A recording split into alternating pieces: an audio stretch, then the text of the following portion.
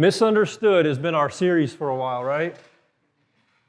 Last week, Matt told a story about driving back from Kentucky on a mission trip, and he talked about how sometimes we come in here and we're just like these messages and these questions and verses, they just kind of dig at us and we don't know really what to do with them when we walk out.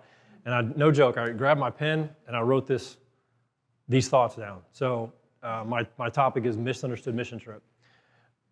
I was frustrated before we went on that trip. I was frustrated while I was there. I was frustrated when I got back. And I want to tell you about it. So, expectations.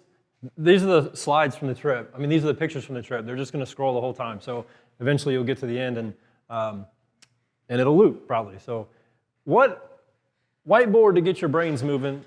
What is an expectation that you have of a mission trip? To learn.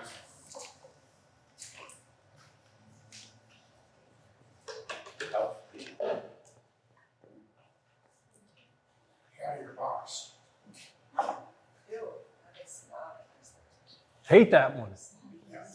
Uncomfortable.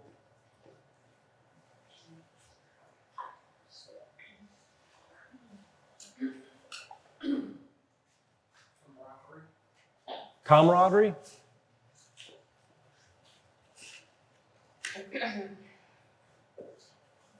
Yep. Is that not right? Is that right, Greg? I can't even see it. I'm not sure how to spell it, so I know that's not right. Okay. What else? Adventure. Kind of goes with uncomfortable, but you're right. The need to be flexible.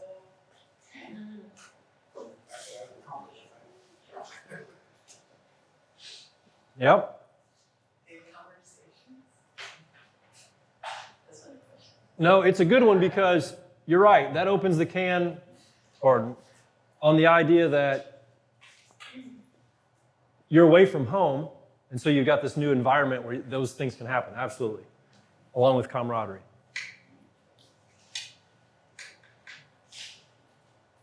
I'm done. All right.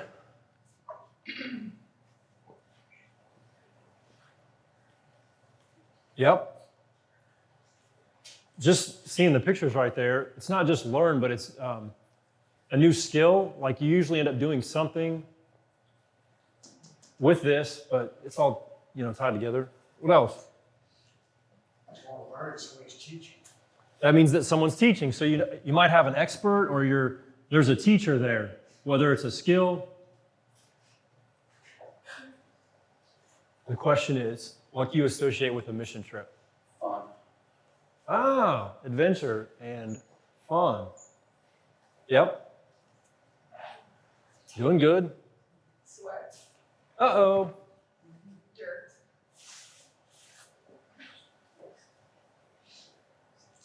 Spiritual connection. Spiritual what? Yeah.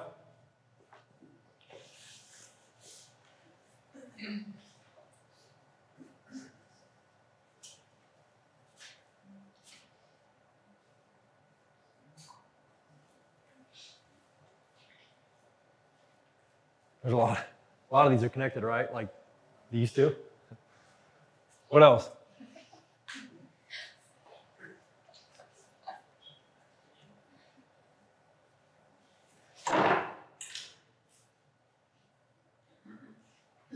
Travel. Frustration. Yeah. You can do this again. I feel like we want us to get somewhere, but that's okay. No. Just to get your brains thinking about, that was hanging in the building right there. How about that, carpenter, huh?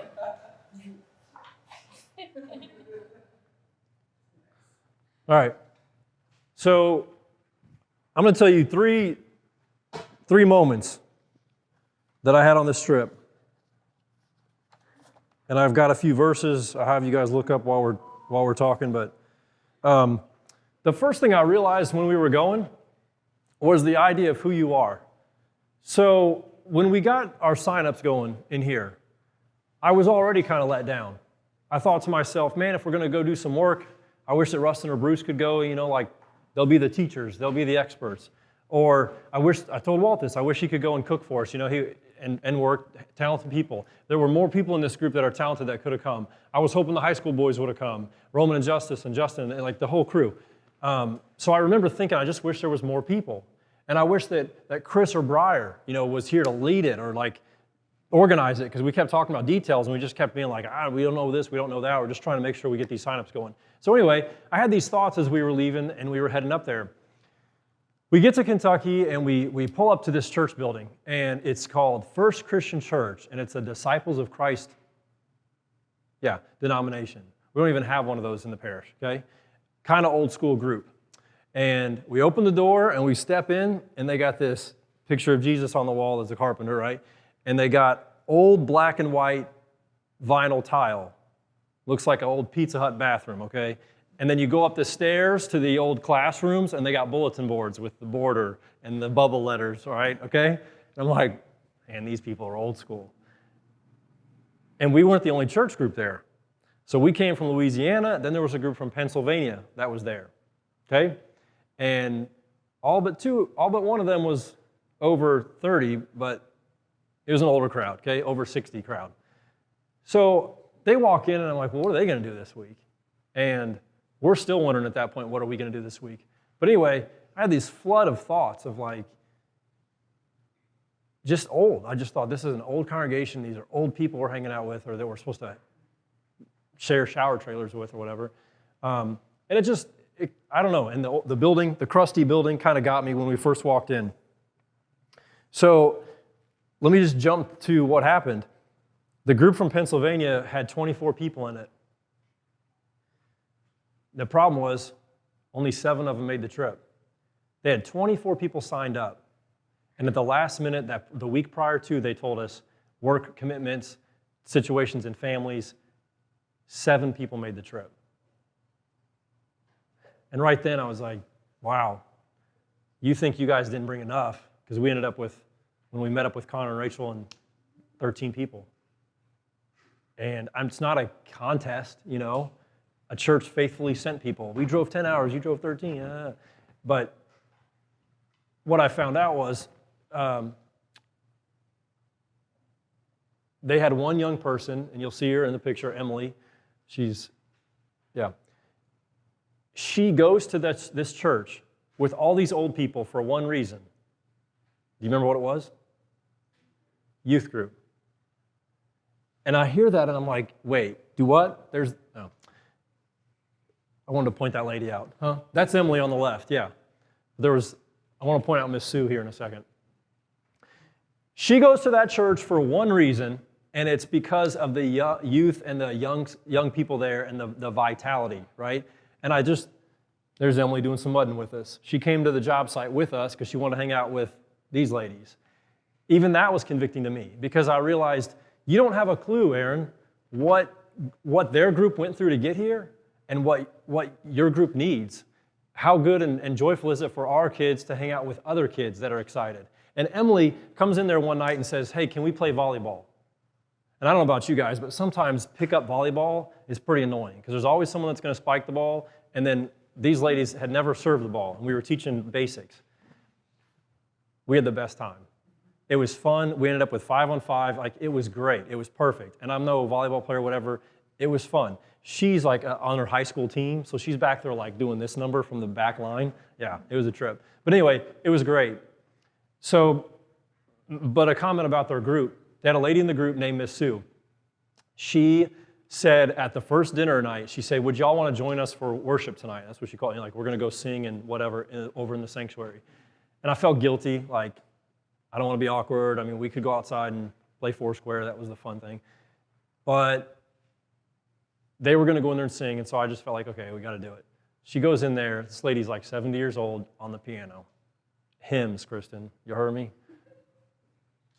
She had this sharp soprano voice, and I thought, this is rough.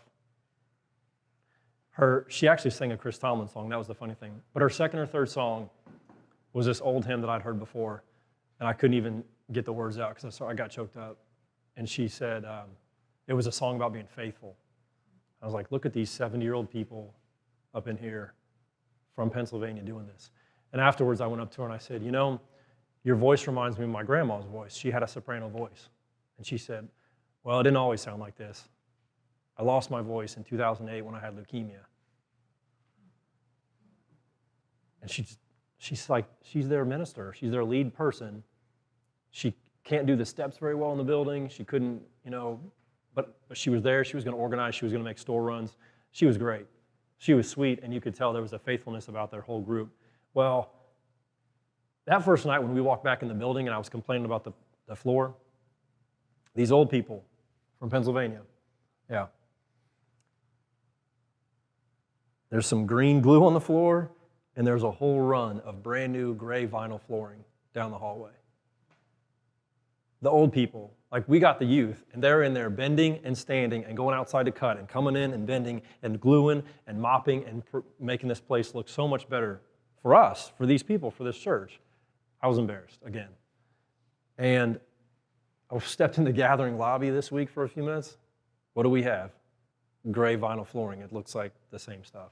And I just thought, man, I can't judge this, you know, group, this older crowd for what they have. What do they have?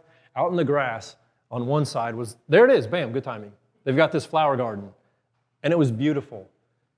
And there was perfect, like across, and it was right next to a pavilion. We started our mornings there. On the other side of the parking lot was a garden, a big garden. And I don't know if you remember this sermon one time. Matt said, a tree does not grow its fruit for itself. Well, they don't take all the produce and bring it inside for themselves and make a big dinner and all that kind of stuff. They grab some cloth bags, they line them up, bring all that produce in. I mean, the tomatoes and the cucumbers and zucchinis, squash, all that stuff. And then they get someone to bake banana bread, and they put that in the bag. And then they go to get a dozen eggs, and they put that in the bag. That church didn't have 100 people in it. 37 addresses that they had. 37 households that they go and they bless and they take care of once a month. But it's as much produce as they can bring in, keep it fresh, you know, and send it out.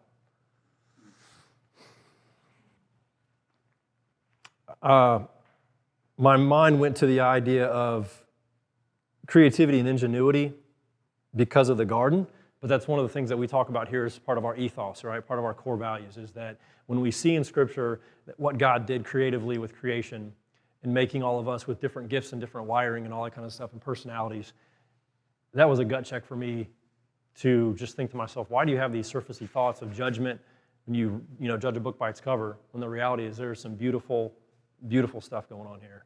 Who cares about bulletin boards upstairs? Nobody even goes up there anymore. Why? Because they literally are doing their ministry from the garden to the houses outside. And they had us drop some of the groceries off, and it was kind of cool. Do what you can with the cards that you're dealt. The second thing was, it's not about you. That's what I wrote down. The reason I wrote that down, you know the book,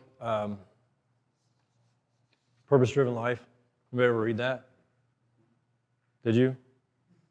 Okay. I did not. I just know that's how it starts. Maybe I should. It's not about you. So we asked Allie multiple times before the trip, what are we going to be doing? And we were trying to tell the girls, like, hey, this is the stuff we're going to learn, and you need to have these skills, and this is the clothes you need to pack, and stuff like that. And then we were asking about tools, and I didn't know if we needed to borrow tools from you guys, and I didn't know. The expectation is you get up there, you're going to like this, Alex, you get up there, and the Crossroads tool trailer is perfectly organized, right?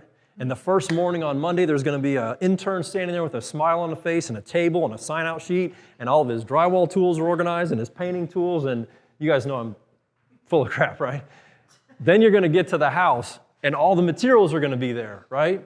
All your stuff's going to be ready. Exactly what you need, exactly what you would buy if you went to the store, and it's not getting there Monday at 10 o'clock because he already went that weekend. He's got everything for you. As soon as you get to the house, it's all ready for you, right? That was not the case in the least bit. So between the tools and not knowing what we were going to do and the supplies and whatnot, that's just all kind of the jumble of the Monday morning. So we get there, and we still know what we're doing. So we walk in, and Allie tells us, your job this week is to finish a stage.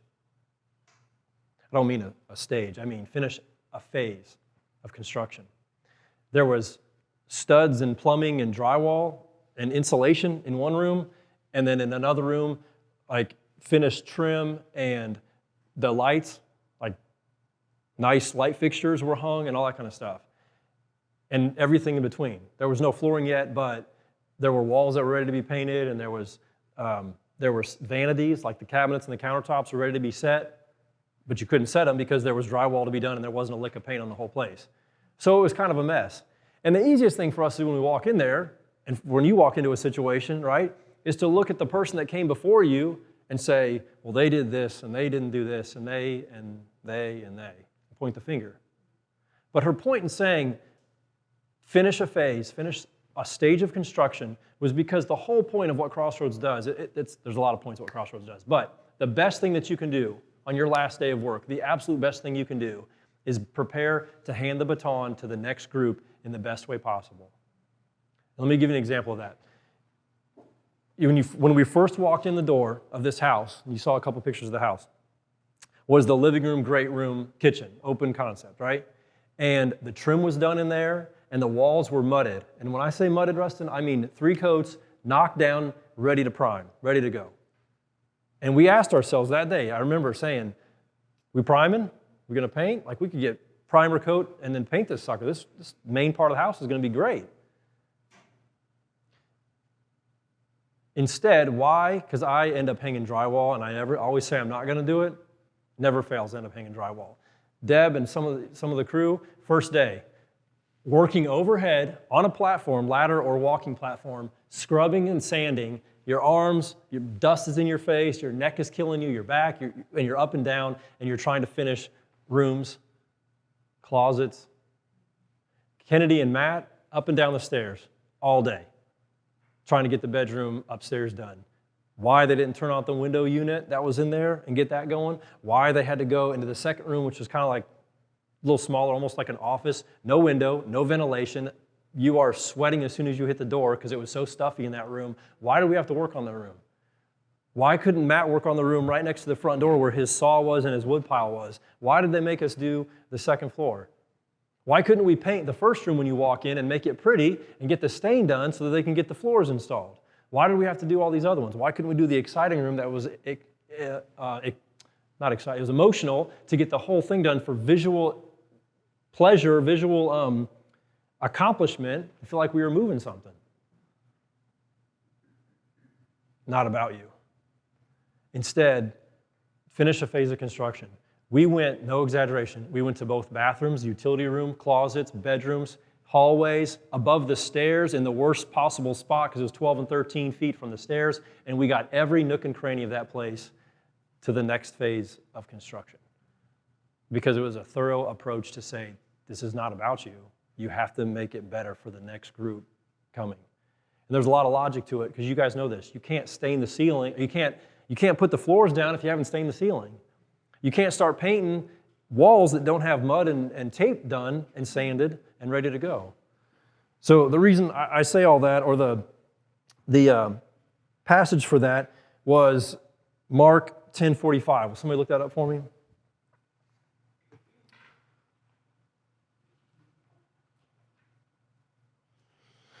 Mark 10.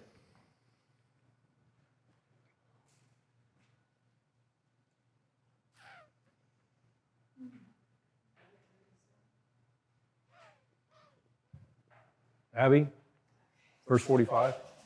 For even the Son of Man came not to be served, but to serve, and to give his life as a ransom for many. That's the verse that comes to mind.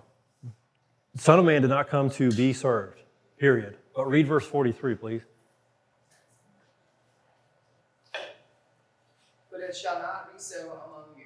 But whoever would be great among you must be your servant. And then 44. And whoever would be first among you must be slave of all.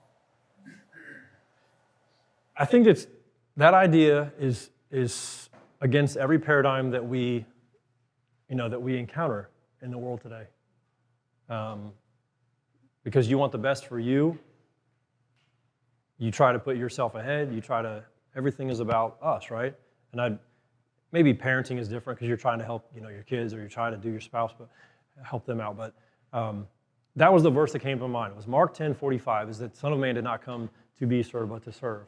And that is a hard thing when you go, at least for me, when I got there, I didn't want to hang drywall. And I don't assume that you want to have a crick in your neck after the first day, you know? And we know it's coming, this and this, but it's not the first thing that you want, and you don't want to walk right into frustration on your first day. And the other thing that came to my mind because of the phases was Ecclesiastes. There is a time and a season for everything. That house will not get done unless somebody goes and pays attention to the nooks and crannies and finishes those phases of construction. And they won't be able to put the flooring down if they don't go vacuum up the dust from the drywall being sanded everywhere in that place. And it doesn't make any sense to do it all kind of out of order. And so it was the right idea.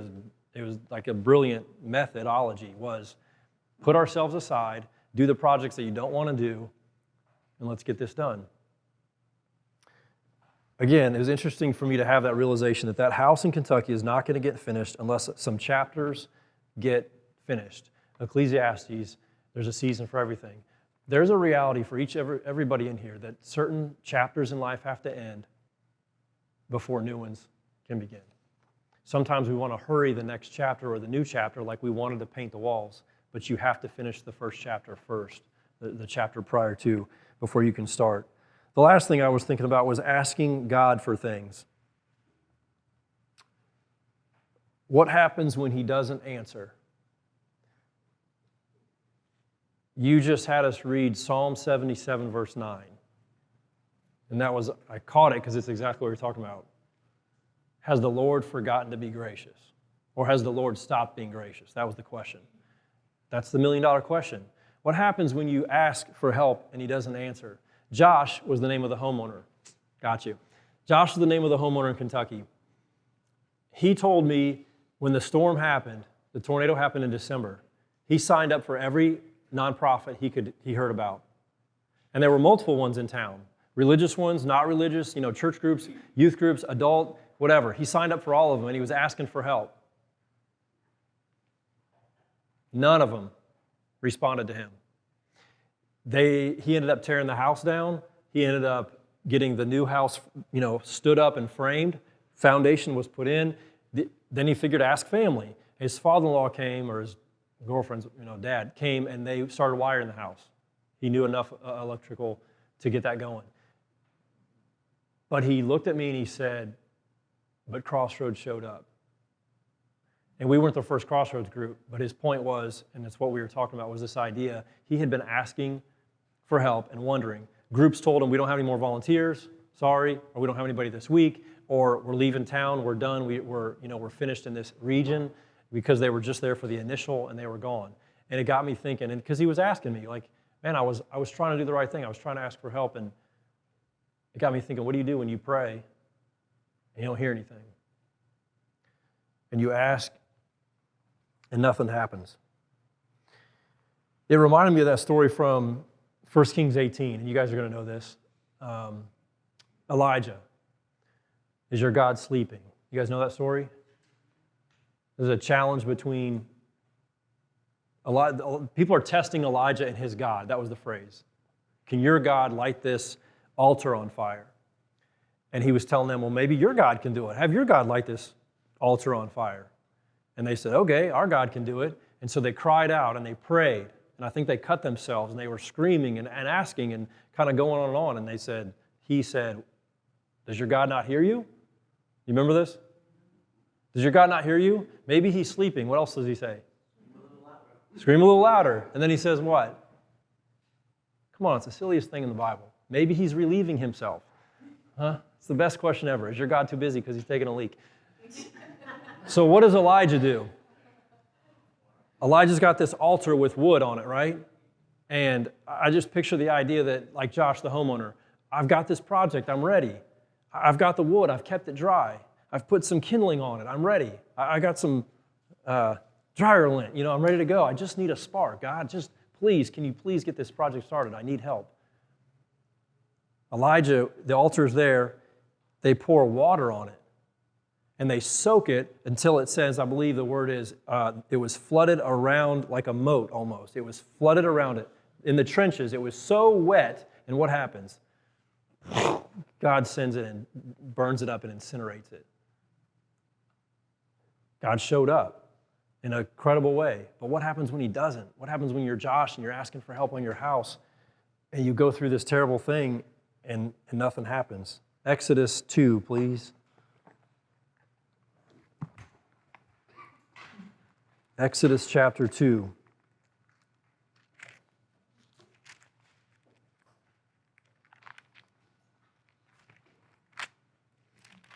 At the end of it, that chapter is wrapping up. Verse 23. During those many days, the king of Egypt died, and the people of Israel groaned because of their slavery, and they cried out for help. Their cry for rescue from slavery came up to God. God heard their groaning. God remembered his covenant with Abraham, with Isaac, and with Jacob. God saw the people of Israel, and God knew. Period. And I wrote in my Bible right next to it the word "and" question mark. Okay, you heard. Okay, you're aware. You know. So now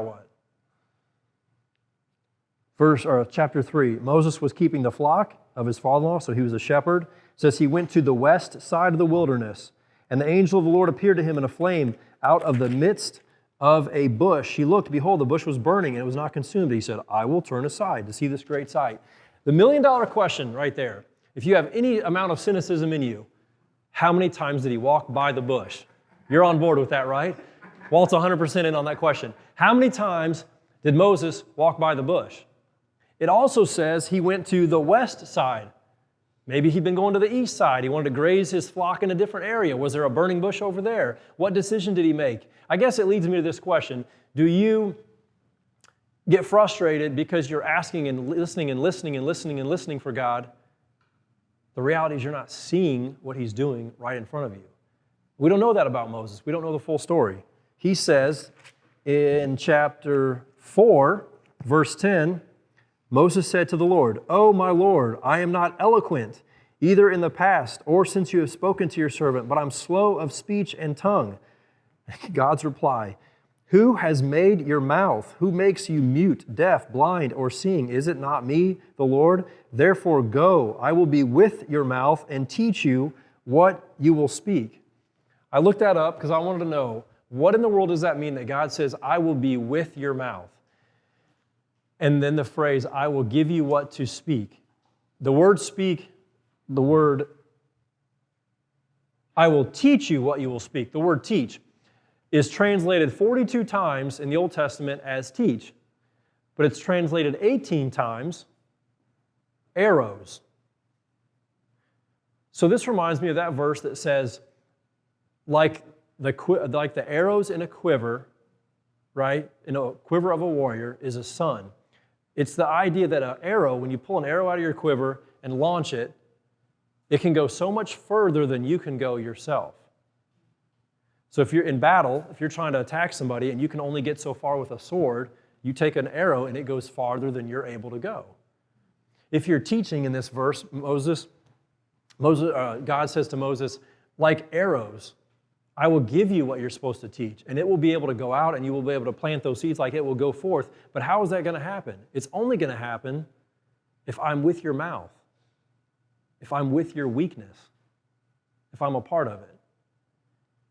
And I think that's a pretty powerful word picture to think to myself, you don't know, or Moses wasn't able to picture or even get the confidence to say he knew what was going to come out of him. But God knew, like an arrow, he can send a message out exactly what he intended if he's with Moses' weakness.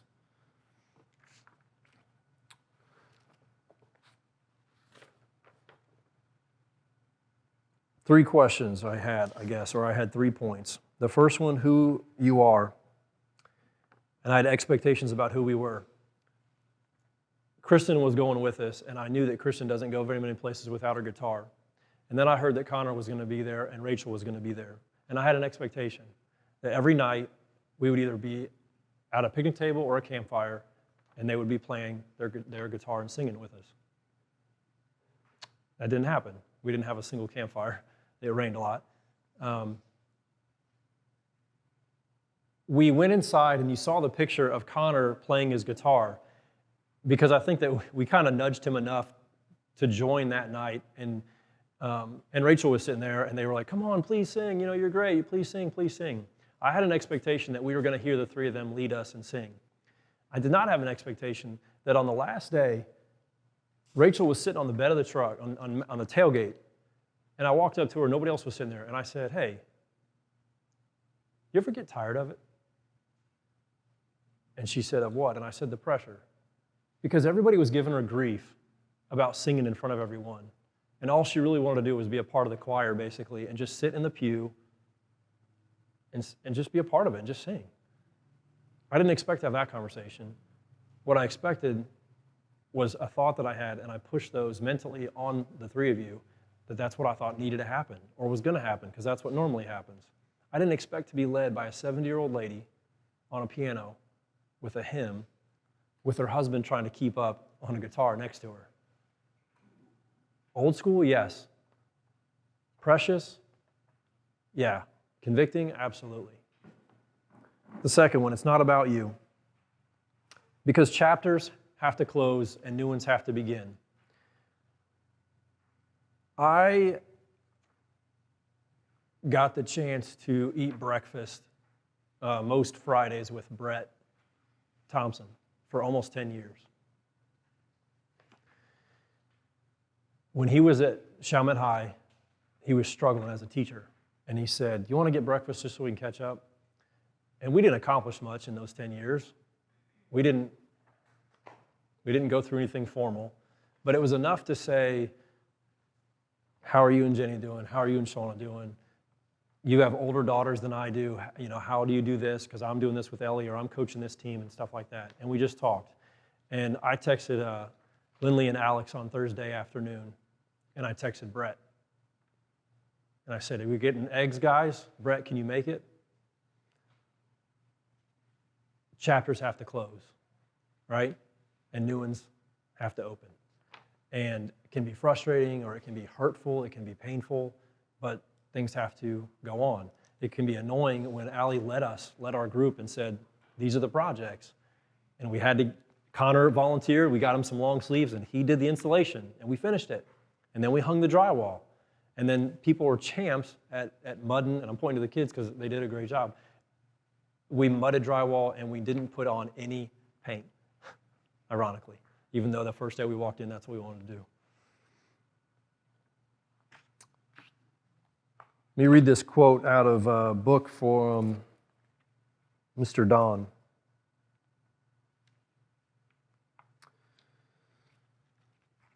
Don's got this. He gave it to Brett, ironically, and then I got it, so I got to finish it so I can give it back. But it's about Jesuits. It's about contemplation in Jesuits, and it says,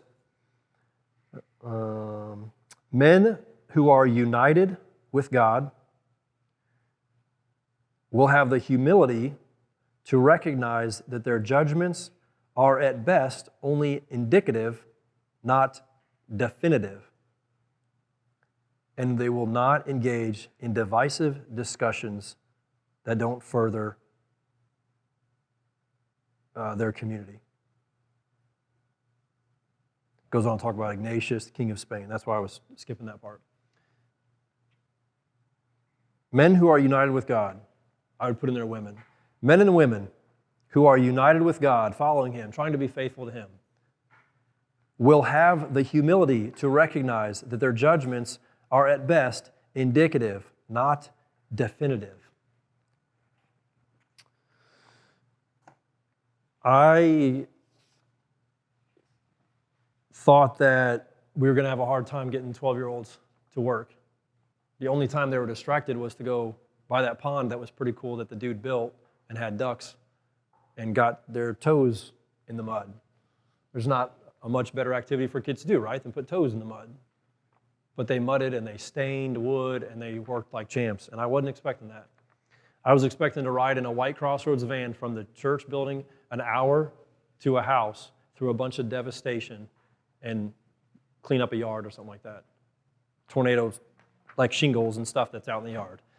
Instead, we rode in our own cars, Deb's car, Allie and Jesse and Matt's truck, And it was like 20 minutes, and there's all these houses that are fine. Everything's fine. We're driving through a town, and all of a sudden we go up on this hill, and this dude's house got blown away from 1914 with hand-hewn logs as the bottom floor runners.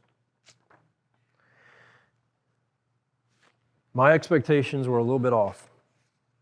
And I read you that quote to remind me that our judgments and our expectations can get a little bit muffed up when God's not a bigger part of them, or we get a little too insistent that we know what's going on. So Allie is going to play a song that I heard last week, and then we'll finish up.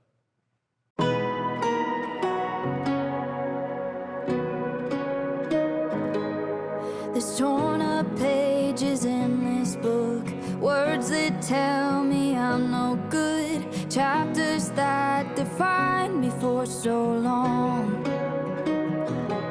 But the hands of grace and endless love dusted off and picked me up, told my heart that hope is never gone. God is in this story.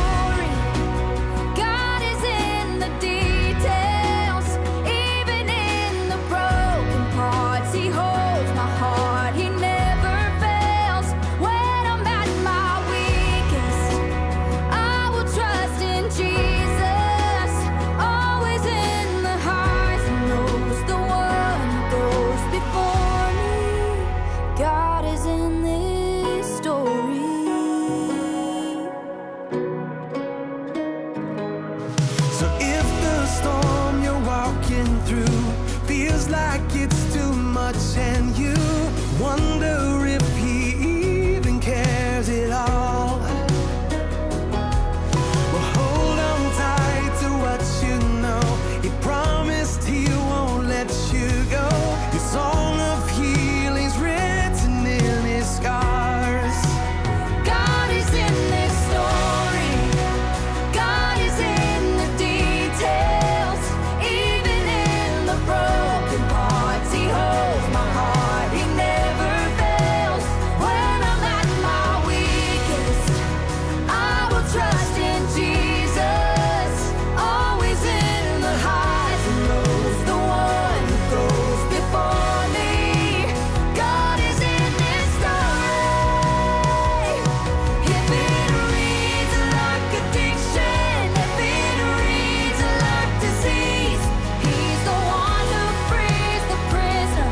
He's the healer of all things. If it reads like depression, if it reads broken home, he's the one who holds your sorrow. He won't leave you here alone. God is in this story. God is in the details. Even in the broken parts, he holds my heart. He never fails.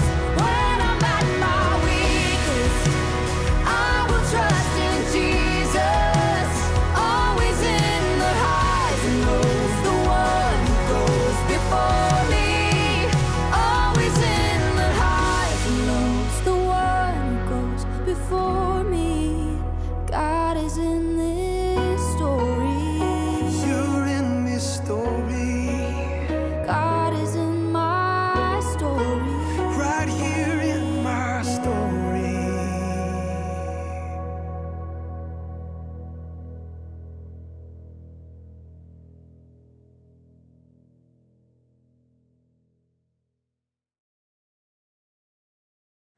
Let's pray. Father, thank you for forgiveness. There's so many moments I feel like I got it all figured out. So thanks for showing me things even when I don't hear you. As a group, we don't always know what's going on with the gathering or with our family or with our own kids or marriage or job or goals. Help us to see what your next step is, what chapter is closing, what new one is beginning, and give us the courage, please, and the people next to us to walk with us in order to walk through and go to the next one. Thank you for hearing us always. We know you're not sleeping, and we know you're showing us things. Thanks for your love. Amen.